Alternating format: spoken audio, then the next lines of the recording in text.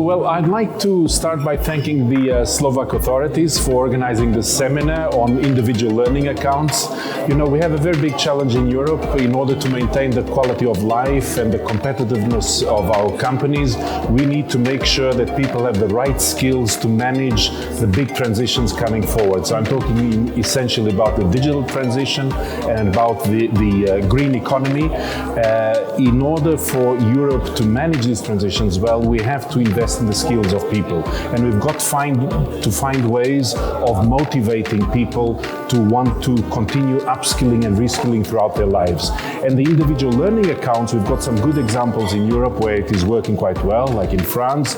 We also heard this morning the Netherlands is working quite intensively on it, and it comes in a very right moment that Slovakia is also coming up with a pilot project and wants to see how it can use the individual learning accounts to support the upskilling and reskilling of its people.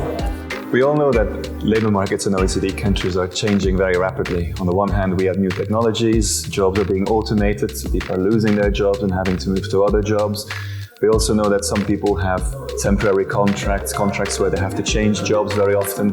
We see the mobility in the labor market increasing.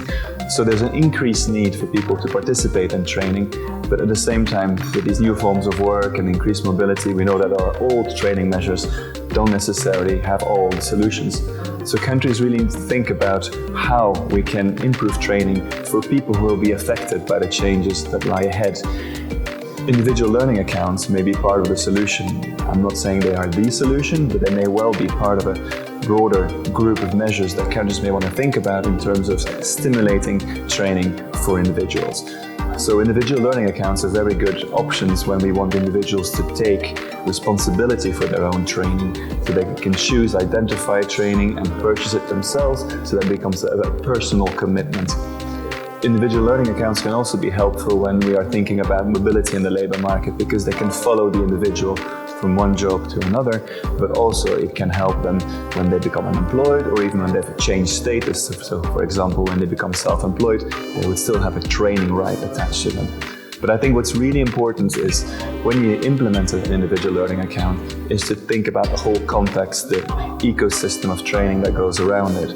And what's important is to accompany people, not just in terms of the financial support that you give them, but also in terms of the guidance and the advice that you give them, and also in terms of making sure that the programs they can choose from are high quality programs that will lead to good labor market outcomes once individuals have participated in them. Bonjour à tous, je voudrais vous dire quelques mots sur mon compte formation.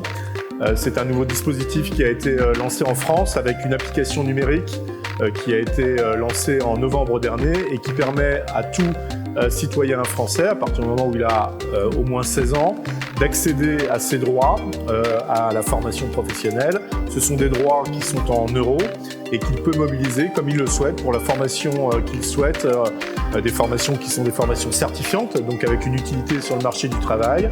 Et donc il peut demander à mobiliser ses droits en euros ou d'attendre quelques années pour avoir davantage, puisque chaque année lorsqu'on travaille, on a 500 € ou 800 € pour les publics prioritaires qui sont inscrits sur ce compte, et on peut aller jusqu'à 5 000 ou 8 000 € en matière de plafond, et donc utiliser ces droits à la formation. Donc c'est un droit qui est attaché à la personne, qu'on soit salarié, employé, fonctionnaire ou travailleur indépendant.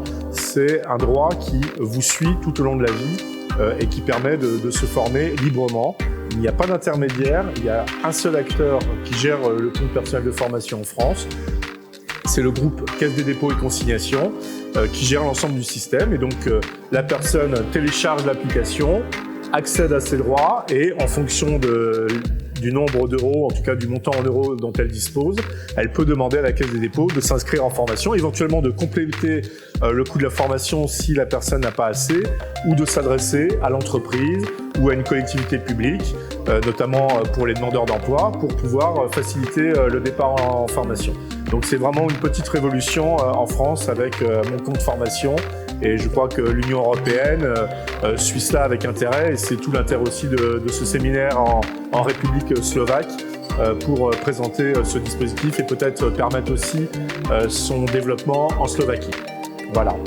I'm Daniel Benayoun. I work at the Dutch Ministry of Social Affairs and Employment, and I'm here to tell something about the individual learning accounts. Individual learning accounts are very important for